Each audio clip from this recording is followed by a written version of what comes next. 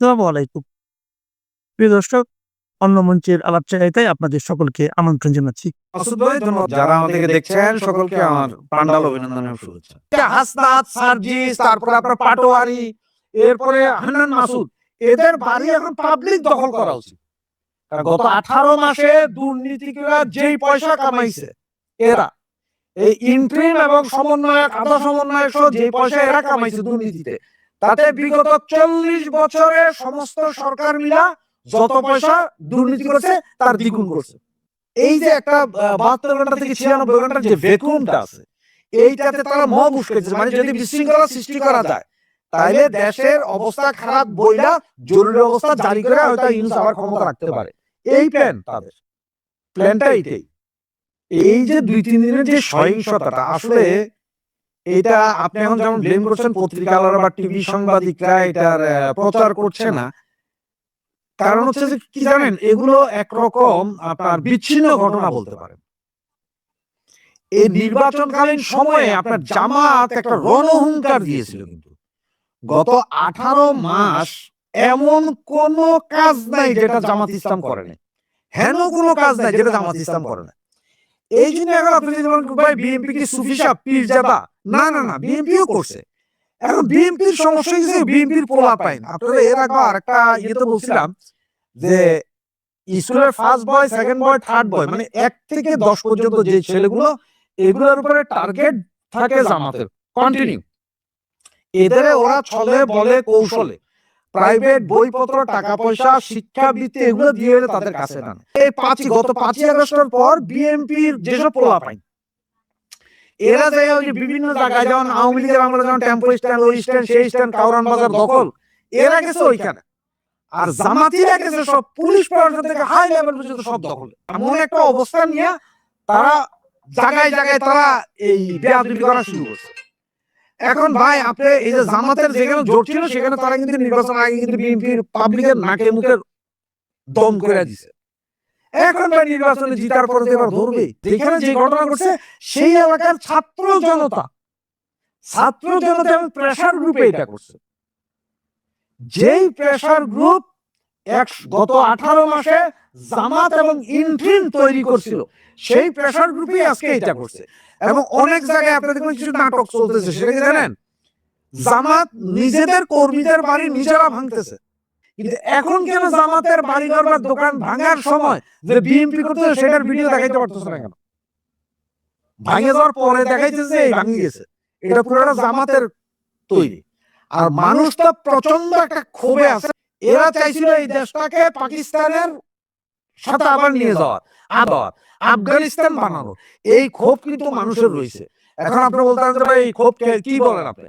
এই ক্ষোভ রয়েছে বিদায় কোনো কথা বলে নাই, কাউরে মারবো, কাউরে ধরবো, অমুক নেতা অমুকেই কিচ্ছু না বলে ফয়জুর রহমান কিশোরগঞ্জ থেকে যিনি পাশ করেছেন, একমাত্র মুক্তিযুদ্ধের কথা বলে ব্যাপক ভোটে ওনার প্রতিদ্বন্দ্বী জামাতের প্রার্থীকে ব্যাপক ভোটে হারাইছেন। এইটাতেই বোঝা যায় যে মানুষ বাংলাদেশে এখন 90% লোক স্বাধীনতা বিরোধীদের অপছন্দ করে। সুতরাং এই স্বাধীনতা বিরোধী বা এই জামাতের, এটা হচ্ছে জামাতের নিজস্ব কারিকুলাম, তারাই করতেছে যে তোমার বাড়িটা আমরা ভাঙবো, ভাঙে এরপরে নাটক করবো যে এটা বিএনপি করছে, সুতরাং এটা আন্তর্জাতিক মিডিয়াতে খবর হবে বিএনপি সন্ত্রাসী দল। এটা করতেছে পাবলিক, আম জনগণ, বিএনপি না। বিএনপি তো ক্ষমতায় নেই এখনো।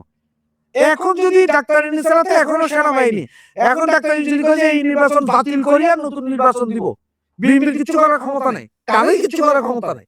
এটা প্রেসার গ্রুপ, এটা শফিকের প্রেসার গ্রুপ দিয়ে করাইতেছে সরকার, ইন্ট্রিম এগুলো করাইতেছে, যা করাইতে করে বিএনপির উপর দৌড়তো। যেমন গত 18 মাসে কোন একটা অকারেন্স ঘটাইলেই কইতো না যে আওয়ামী লীগ, এই যে হাদিরে মারছে ইন্ট্রিম, কইলো আওয়ামী লীগ মারছে, শেখ হাসিনা নির্দেশ দিছে, মাইরা ফলাইছে। ঠিক এখন সেম ঘটনা ঘটাইছে বিএনপির সাথে, করতেছে সরকার, নাম দিচ্ছে বিএনপির। এইটাই। সুতরাং উৎসব চলছে। আর আল্লাহর একটা কারমা বলে একটা শব্দ আছে। আপনি যদি মুসলমান হন, তাহলে আপনি বিশ্বাস করতে হবে যে আল্লাহর হুকুম ছাড়া গাছের একটা পাতাও নড়ে না। এটা যদি আপনি বিশ্বাস করেন, যদি মুসলমান হন, তাহলে এগুলো যা হইছে সবই আল্লাহর হুকুম হইছে। এটা আপনাকে বলছি, মব কালচার দিয়ে এর আগে যা করছে, সেম মবটাকে এখন সরকার উস্কাই দিচ্ছে, যাতে বিএনপি শপথ দেওয়ার আগেই সারা পৃথিবীর কাছে নাম খারাপ হয়। এই মবটা চালাইতেছে ওরা। এই যে একটা 72 ঘন্টা থেকে 96 ঘন্টার যে ভ্যাকুয়ামটা আছে, এইটাতে তারা মব উস্কাইতেছে। মানে যদি বিশৃঙ্খলা সৃষ্টি করা যায়, তাহলে দেশের অবস্থা খারাপ বইলা জরুরি অবস্থা জারি করে হয়তো ইউনূস আবার ক্ষমতা রাখতে পারে। এই প্ল্যান তাদের, প্ল্যানটা এইটাই করতেছে। নবনির্বাচিত সংসদ সদস্যদের শপথ গ্রহণ অনুষ্ঠান হবে আগামী মঙ্গলবার। শনিবার সন্ধ্যায় জাতীয় সংসদ সচিবালয়ের সচিব কায়েস মোল্লা bdnews24.com কে তথ্য জানিয়েছেন। একই দিনে নতুন সরকারের শপথ গ্রহণ অনুষ্ঠান হতে পারে বলে আরেক কর্মকর্তা জানিয়েছেন। সেজন্য প্রস্তুতি শুরু করেছে মন্ত্রিপরিষদ বিভাগ। সেটি হলে বুধবার থেকে অফিস শুরু করবেন নতুন সরকারের মন্ত্রীরা। ল্যান্ডস্লাইড বিজয়ী পাওয়ার পরপরই তারেক রহমানকে প্রশ্নের মুখোমুখি হতে হচ্ছে আওয়ামী লীগের নিষেধাজ্ঞা আর শেখ হাসিনার প্রত্যাবর্তন এবং তার বিচার নিয়ে। বিদেশি সাংবাদিকদের প্রশ্নের জবাবে অবশ্য তারেক রহমানের জবাব ছিল বেশ কৌশলী। তিনি বলেছেন, এটি নির্ভর করবে আইনি প্রক্রিয়ার উপর। এরই মধ্যে কমনওয়েলথ নির্বাচন পর্যবেক্ষণ মিশন কার্যক্রম নিষিদ্ধ থাকা আওয়ামী লীগ সহ সব রাজনৈতিক দলের গণতান্ত্রিক অধিকার নিশ্চিত করতে নতুন সরকারের কাছে সুপারিশ করেছে। একই রকম সুপারিশ জমা দেবে ইউরোপীয় ইউনিয়ন বা ইইউ পর্যবেক্ষণ মিশন। সূত্রগুলো বলছে, ভোটের আগে থেকে আওয়ামী লীগের নিষেধাজ্ঞা তোলার বিষয়ে আন্তর্জাতিক পক্ষগুলোর যে চাপ ছিল সেটি নিয়ে এখন ভাবতে হচ্ছে বিএনপিকে। তবে কোন প্রক্রিয়ায় আওয়ামী লীগের নিষেধাজ্ঞা তোলা হবে সেটি নিয়ে চূড়ান্ত কোনো সিদ্ধান্ত না হলেও শিগগিরই বিষয়টি নিয়ে আইনি প্রক্রিয়ার পথে হাঁটতে পারে নতুন সরকার। এনসিপির মুখপাত্র এবং কেন্দ্রীয় নির্বাচন পরিচালনা কমিটির চেয়ারম্যান আসিফ মাহমুদ সজীব ভুঁইয়া বলেছেন, বিএনপির সংখ্যাগরিষ্ঠ আসন পাওয়ার সঙ্গে সঙ্গে আওয়ামী লীগের কার্যক্রম শুরু হচ্ছে। 1.5 বছর ধরে বন্ধ থাকা আওয়ামী লীগের পার্টি অফিস বিএনপি নেতাকর্মীরা খুলে দিচ্ছেন। এক্ষেত্রে স্পষ্ট বোঝা যায় আওয়ামী লীগের সঙ্গে এক ধরনের গোপন আতাতের মাধ্যমে তারা জয়লাভ করেছে। 13 ফেব্রুয়ারি রাতে দলের অস্থায়ী কেন্দ্রীয় কার্যালয়ে নির্বাচনী ফলাফল পর্যালোচনা ও দলীয় অবস্থান নিয়ে আয়োজিত সংবাদ সম্মেলনে এমন কথা বলেন এনসিপির মুখপাত্র। এর ঠিক একদিন পরে ঢাকার গুলিস্তানে আওয়ামী লীগের কেন্দ্রীয় কার্যালয়ের সামনে জাতীয় পতাকা উড়িয়েছে 7-8 জনের একটি দল। তারা বঙ্গবন্ধু শেখ মুজিবুর রহমানের প্রতি সালাম জানান। শনিবার দুপুরের পর 7-8 জনের ওই দলটি আওয়ামী লীগের কার্যালয় ভবনের সামনে আসে, যে ভবনে বছর দেড়েক ধরে ঝুলতে দেখা গেছে আন্তর্জাতিক ফ্যাসিজম ও গণহত্যা গবেষণা ইনস্টিটিউট লেখা একটি ব্যানার। ঘটনাস্থলের পাশের ফুটপাতের একজন ব্যবসায়ী বলেন, একদল লোক জাতীয় পতাকা নিয়ে এসে বঙ্গবন্ধু ও আওয়ামী লীগের নেতাদের উদ্দেশ্যে সালাম জানায়। পরে তারা পতাকাটি বিদ্যুতের একটি খুঁটির সঙ্গে বেঁধে রেখে চলে যান। গত বছরের 5ই আগস্ট গণ আন্দোলনে আওয়ামী লীগ সরকারের পতনের পর গুলিস্তানের বঙ্গবন্ধু অ্যাভিনিউ দলটির কার্যালয়ে ছাত্র জনতা রোষণারে পড়ে। তছনছ করার পর আগুন দেওয়া হয় 10 তলা ভবনটিতে। এরপর থেকে পরিত্যক্ত অবস্থায় পড়ে থাকা এই ভবনে ময়লা আবর্জনার স্তূপ চলেছে। ভাসমান মানুষের নেশার আড্ডা জমতে এখানে। কেন্দ্রীয় কার্যালয় ছাড়াও রাজধানীর তেজগাঁয়ে ঢাকা জেলা আওয়ামী লীগ কার্যালয় ও ধানমন্ডিতে আওয়ামী লীগ সভাপতির কার্যালয়ে অগ্নিসংযোগ ও লুটপাট করা হয়। তখন থেকে এই 3 ভবন পরিত্যক্ত অবস্থায় পড়ে আছে। গত 18 মাস ধরেই সারা দেশের আওয়ামী লীগের অঙ্গ সংগঠনগুলোর কার্যালয়গুলো পরিত্যক্ত অবস্থায় পড়ে আছে। বিশেষ করে গত বছরের মে মাসে নিষেধাজ্ঞা আরোপ করার পর দলটির নেতা কর্মীরা কার্যত লুকিয়ে বা গোপনে সাংগঠনিক তৎপরতা চালাচ্ছে। নিষেধাজ্ঞার কারণে দলটি ত্রয়োদশ জাতীয় সংসদ নির্বাচনেও ছিল না। দেশীয় আন্তর্জাতিক মহল থেকে বড় একটি রাজনৈতিক দলের উপর নির্বাহী আদেশে নিষেধাজ্ঞা দেওয়ার বিষয়টি নিয়ে নানা ধরনের আপত্তি ছিল। এমনকি জাতিসংঘ তাদের রিপোর্টেও কোন দলকে নিষেধাজ্ঞা না দেওয়ার পরামর্শ দিয়েছিল। কমনওয়েলথ নির্বাচনের আগে বেশ কয়েকবার এ নিয়ে সরকারের সাথে কয়েক দফা বৈঠক করেছে। রিকনসিলিয়েশনের জন্য উদ্যোগ নিতে অন্তর্বর্তী সরকারের আইন উপদেষ্টা এবং সাবেক প্রধান বিচারপতিকে দক্ষিণ আফ্রিকায় নিয়ে গিয়েছিল সংস্থাটির নির্বাচন পর্যবেক্ষক টিম ভোটের আগেও সরকারের সাথে এ নিয়ে কথা বলেছিল। নির্বাচন পর্যবেক্ষণ শেষে কমনওয়েলথ টিম নতুন সরকারের কাছে এ ব্যাপারে সুপারিশ করেছে। তাদের সুপারিশে বলা হয়েছে, কার্যক্রম নিষিদ্ধ থাকা আওয়ামী লীগ সহ সব রাজনৈতিক দলের গণতান্ত্রিক অধিকার নিশ্চিত করা উচিত। ইন্ডিপেন্ডেন্ট টেলিভিশনের এক রিপোর্টে বলা হয়েছে, প্রতিনিধি দলটি জানায় নতুন সরকারের প্রতি আমাদের সুপারিশ থাকবে ভবিষ্যতে আওয়ামী লীগ সহ সব রাজনৈতিক দলের গণতান্ত্রিক অধিকার নিশ্চিত করা। একই ধরনের সুপারিশ করতে যাচ্ছে ইউরোপীয় ইউনিয়ন বা ইউ পর্যবেক্ষণ মিশন। তাদের দৃষ্টিতে অংশগ্রহণমূলক নির্বাচনের ক্ষেত্রে সমাজের সব প্রতিনিধিশীল গোষ্ঠীর অংশগ্রহণই মুখ্য বিষয়। শনিবার সংবাদ সম্মেলনে সংস্থাটি বলেছে, একটি নির্বাচন অংশগ্রহণমূলক হলো কিনা তা শুধু ভোটের হার দিয়ে বোঝায় না। রাজনৈতিক বিশ্লেষকদের মতে কমনওয়েলথ ও ইউ উভয়ের বক্তব্য একত্রে পড়লে একটি বিষয় স্পষ্ট হয়ে ওঠে। সেটি হলো আওয়ামী লীগকে নিষিদ্ধ রেখে, বিরোধী কণ্ঠকে দমন করে, রাষ্ট্রযন্ত্রকে দলীয় স্বার্থে ব্যবহার করে কোনো নির্বাচনই প্রকৃত অর্থে গণতান্ত্রিক হতে পারে না। ভোট কেন্দ্রে ব্যালট পড়লেও যদি রাজনৈতিক প্রতিযোগিতার মাঠ অসম হয়, তবে সেই ভোট কেবল সংখ্যার খেলা, জনগণের প্রকৃত রায় নেই। ভূমিদাস বিজয়ের পর তারেক রহমানকেও আওয়ামী লীগের নিষেধাজ্ঞার বিষয়ে বিদেশি সাংবাদিকদের প্রশ্নের মুখোমুখি হতে হয়। শনিবার বিকেলে রাজধানী হোটেল ইন্টারকন্টিনেন্টালে অনুষ্ঠিত সংবাদ সম্মেলনে সাবেক প্রধানমন্ত্রী শেখ হাসিনাকে বাংলাদেশে ফেরানোর প্রশ্নে এটি আইনি প্রক্রিয়ার উপর নির্ভর করে বলে উত্তর দেন তারেক রহমান। বিদেশি এক সাংবাদিক প্রশ্ন করেন, বাংলাদেশের মানুষের মধ্যে যেখানে আওয়ামী লীগের অনেক সমর্থক রয়েছে, সেই বিবেচনায় সমস্যার সমাধান বা মিটমাটের জন্য পরিকল্পনা কি? এমন প্রশ্নের উত্তরে নতুন সম্ভাব্য প্রধানমন্ত্রী বলেন, এর সমাধান আইনের শাসন নিশ্চিত করার মাধ্যমে হবে। সংবাদ সম্মেলনে প্রশ্ন করা হয়, বিএনপি সরকার শেখ হাসিনার বিরুদ্ধে দুর্নীতির মামলা চালিয়ে যাবে কিনা। এমন প্রশ্নের কোনো উত্তর দেওয়া হয়নি। আন্তর্জাতিক অপরাধ আদালতের রায় বা সিদ্ধান্ত পুনর্বিবেচনা করা হবে কিনা এমন প্রশ্নের জবাবে বিএনপির স্থায়ী কমিটির সদস্য আমির খসরু মাহমুদ চৌধুরী বলেন, এটি বিচার বিভাগের বিষয়। আন্তর্জাতিক অপরাধ আদালতের বিষয়ে বিচার বিভাগকে নির্বাহী এবং আইনি সবার কাছ থেকে আলাদা রাখার কথা বলেন তিনি। সূত্রগুলো বলছে, তিনটি দেশের রাষ্ট্রদূত, বেশ কয়েকটি বিদেশি সংস্থা ভোটের আগে তারেক রহমান এবং বিএনপির শীর্ষ নেতাদের সাথে আওয়ামী লীগের নিষেধাজ্ঞার বিষয়ে কথা বলেছেন। প্রশ্ন হলো, জাতীয় ও আন্তর্জাতিক চাপে যদি দলটি নিষেধাজ্ঞা তুলতে হয়, তাহলে কোন প্রক্রিয়া আগাবে নতুন সরকার? সূত্রগুলো বলছে, এই ক্ষেত্রে বিএনপির বেশিরভাগ শীর্ষ নেতৃবৃন্দ আইনি পথেই হাঁটতে চায়। সন্ত্রাস বিরোধী আইনের দোহাই দিয়ে অন্তর্বর্তী সরকার নির্বাহী আদেশে আওয়ামী লীগের কার্যক্রম নিষিদ্ধ করেছিল, অথচ আইনটিতে দলের কার্যক্রম নিষিদ্ধের কোনো বিধানই ছিল না। সেজন্য নতুন সরকার আদালতের মাধ্যমে এর সুরাহা করতে চায়। কারণ যেহেতু আইনে এ ধরনের বিধান নেই, তাই আদালতের রায় আওয়ামী লীগের পক্ষে যাওয়ার সম্ভাবনা বেশি। তবে বিএনপির একাধিক নেতা বলেছেন, এই বিষয়ে এখনো কোনো সিদ্ধান্ত হয়নি। সূত্রগুলো বলছে, আওয়ামী লীগের কার্যক্রমের উপর নিষেধাজ্ঞা তুলে নেওয়ার পাশাপাশি শেখ হাসিনার বিচারের বিষয়টি নিয়ে নতুন সরকারকে সিদ্ধান্ত নিতে হবে দ্রুত। কারণ বিষয়টিতে ভারতের সাথে বাংলাদেশের নতুন সরকারের সম্পর্ক অনেকখানি জড়িত। তাছাড়া আওয়ামী লীগের বহু নেতা কর্মীর বিরুদ্ধে মামলা আছে, বেশিরভাগ নেতা কর্মী পলাতক। তাদের বিরুদ্ধে হরে দরে হওয়া মামলাগুলো পর্যালোচনা করে ব্যবস্থা নিতে হবে। বিএনপির একটি সূত্র বলছে, কমনওয়েলথের সুপারিশে খুব তাড়াতাড়ি বিএনপি রিকনসিলিয়েশনের উদ্যোগ নিতে পারে। সেক্ষেত্রে নতুন সরকার নিরপেক্ষ সিনিয়র আইনজীবীদের পরামর্শ নিতে পারে দ্রুত।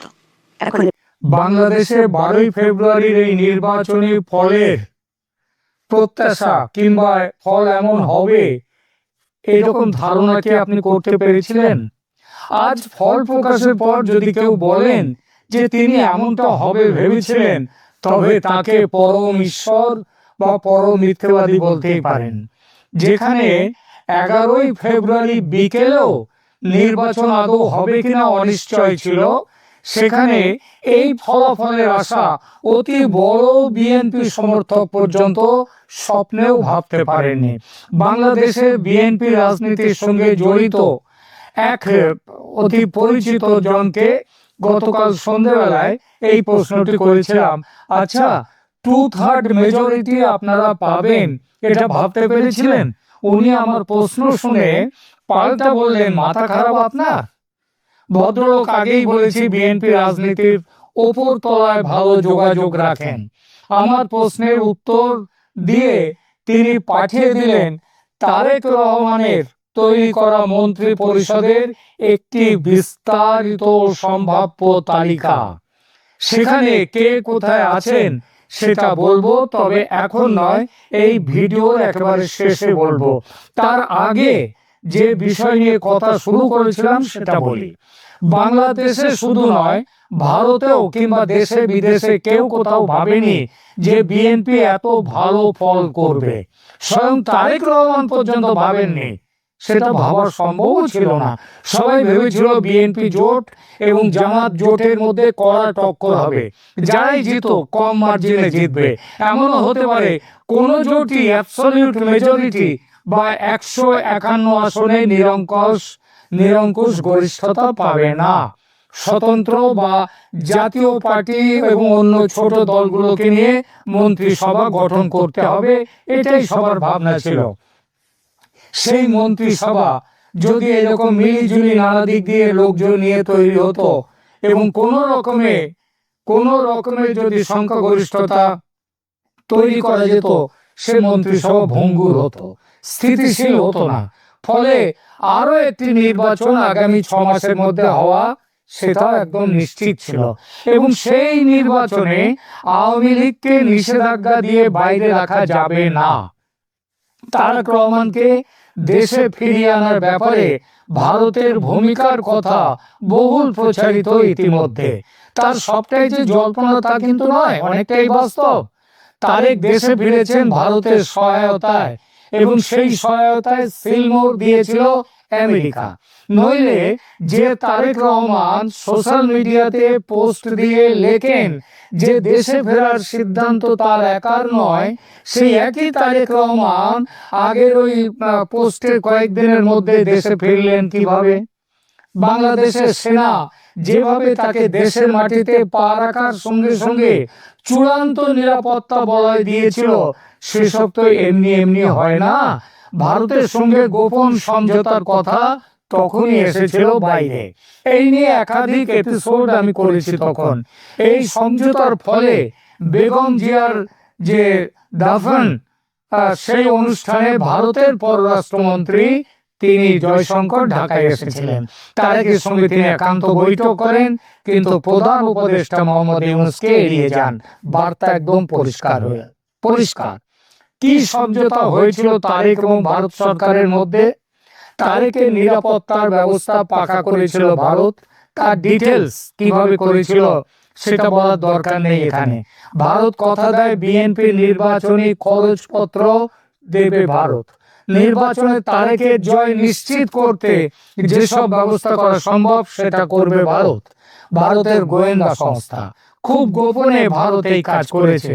জামাত স্থানীয় স্তরে, মানে বুথ স্তরে পোলিং অফিসার, প্রিসাইডিং অফিসার দিয়ে এদেরকে দিয়ে তুমুল জালিয়াতি করেছে। আর নির্বাচন কমিশনের উপর তলায় যারা আছেন, যাদের দায়িত্ব বুথ থেকে পাওয়া রেজাল্ট শিট ট্যাবুলেশনে নিয়ে আসা, তাদের মোবিলাইজ করা হয়েছে বিএনপির পক্ষে। এটা জামাত গুনাহ করে আগে ভাগে আঁচ করতে পারেনি, বুঝেছে ফল ঘোষণার পর। আর সেটা বুঝতে পেরেই গতকাল প্রেস কনফারেন্সে এটা নিয়ে শোরগোল তুলেছে, রাস্তায় নামার হুমকি দিয়েছে, হয়তো নামবেও। সেটা খুব যে একটা বড় হবে তা নয়। এখন প্রশ্ন, কি সমঝোতা হয় ভারতের সঙ্গে তারেকের?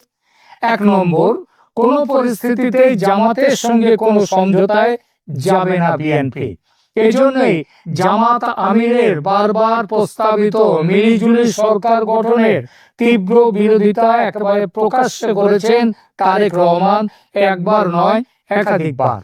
2, সাংসদের একটা ভদ্রগোছের সংখ্যাধিক্য যদি বিএনপি না পায়, অথচ পার্লামেন্টের সবচেয়ে বড় দল যদি বিএনপি হয়, এমন পরিস্থিতিতে বিএনপি যাতে সরকার গঠন করতে পারে জামাতকে ছাড়া, তার জন্য যত সম্ভাব্য কূটনৈতিক ব্যবস্থা নেওয়া দরকার ভারত নেবে।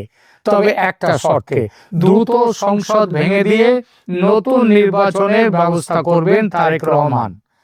3 নম্বর, আওয়ামী লীগের উপর থেকে নিষেধাজ্ঞা প্রত্যাহার করা, অবৈধভাবে গঠিত ক্রাইম ট্রাইব্যুনাল বাতিল করা, যাতে শেখ হাসিনা দেশে ফিরতে পারেন, এই ব্যবস্থাটাও করবে তারেক রহমানের সরকার। এবং দেশের মূলধারার রাজনীতিতে আওয়ামী লীগ যাতে থাকতে পারে, সেই ব্যবস্থাটাও করবেন। সেনাবাহিনীর মধ্যে জামাত ও পাকিস্তানপন্থী কর্তাদের বিরুদ্ধে যারা আছেন তাদেরকে একজোট করা ও নির্বাচনে তাদের বিএনপির পক্ষে মোবিলাইজ করার কাজটি মূলত করেছে ভারতের গোয়েন্দা সংস্থা।